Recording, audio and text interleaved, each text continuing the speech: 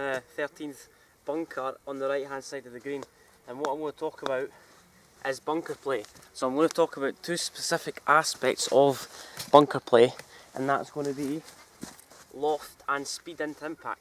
So basically what I'm going to talk about is how we get the ball out of the bunker. So the first thing I'm going to talk about, or I'm going to prescribe, is loft. So the amount of loft that we deliver into impact is key into getting the ball out of the bunker correctly and producing the correct shot that we desired. So the first thing I'm going to talk about is a lot of people try and have too much loft at address, and what they'll do is they'll try and manipulate that loft to get the club to increase loft into impact. But what we need to do is try and focus on, instead of the address position, we want to focus on dynamic loft. So dynamic loft is the loft at impact.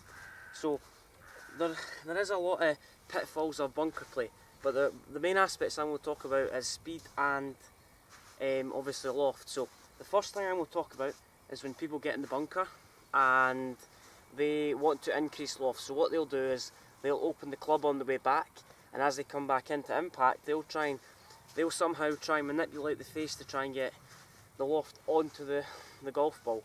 So what we need to do is we need to find a way in order to get the loft to increase or to stay the same. So when you're in a bunker, I wouldn't necessarily say open the face up. I would try and adopt an old method where we want to square the club face up and try and keep everything neutral.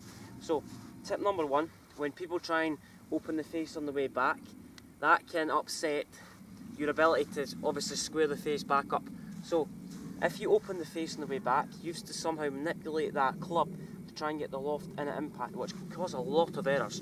So if you take the club back open, and if you struggle with bunker play and you deliver the club, so let's say a lot of golfers think that they hinge the wrist too much on the way back, but generally hinging the wrists can be misconstrued sometimes. So what I'm going to talk about is how we want to deliver the loft into impact. So obviously we want to have our stance pretty neutral, we want to have the club face pretty square, but we want to somehow get the club to glide underneath the sand.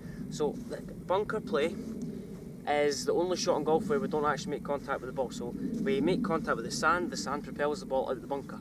So as we make contact with the golf ball is actually working slower than the club head. So because the golf ball is working slower than the club head, the ball goes a shorter distance than desired, because obviously you're hitting through sand and sand's quite thick, the club head slows down. So what we need to do to try and get the ball to go out, we want to keep the speed going through impact, so the club doesn't slow down as much. So the ball will slow down, so we need to try and hit the ball harder. We need to keep up the speed. So the speed's another thing. Speed produces lift, which creates a lot of backspin and higher trajectory. A lot of golfers get into a position where they hinge their wrists too much, and that doesn't really do the job, to be honest with you. So they hinge their wrists. When they hinge their wrists, they create poor angles into impact, they reduce the dynamic loft, and they don't hit the ball as consistently. So I'll hit this shot. So I want to try and maintain that dynamic loft and impact.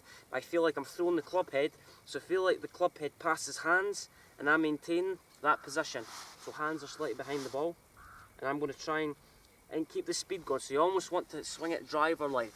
So the minute that you stop decelerating, that's where the club head slows down into impact, and the sand's heavy enough without the club head slowing down. So there, quite a good shot. So we don't want to hinge the wrists too much. If we hinge the wrists too much, that's where we will create a lot of inconsistent strikes.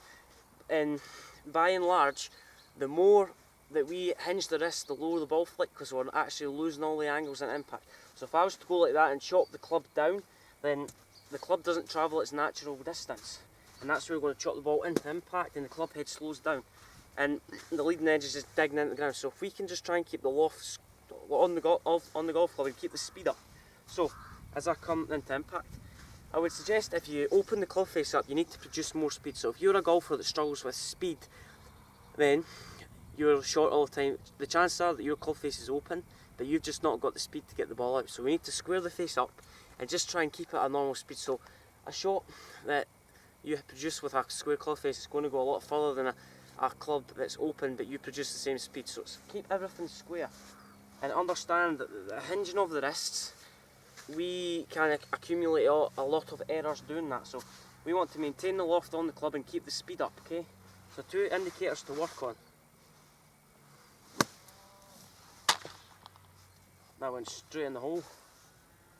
Try that once more, so keep the loft on golf club and keep the speed up. So you almost want to swing at driver's length. Obviously the sand's heavy, so you want to keep the club going through impact.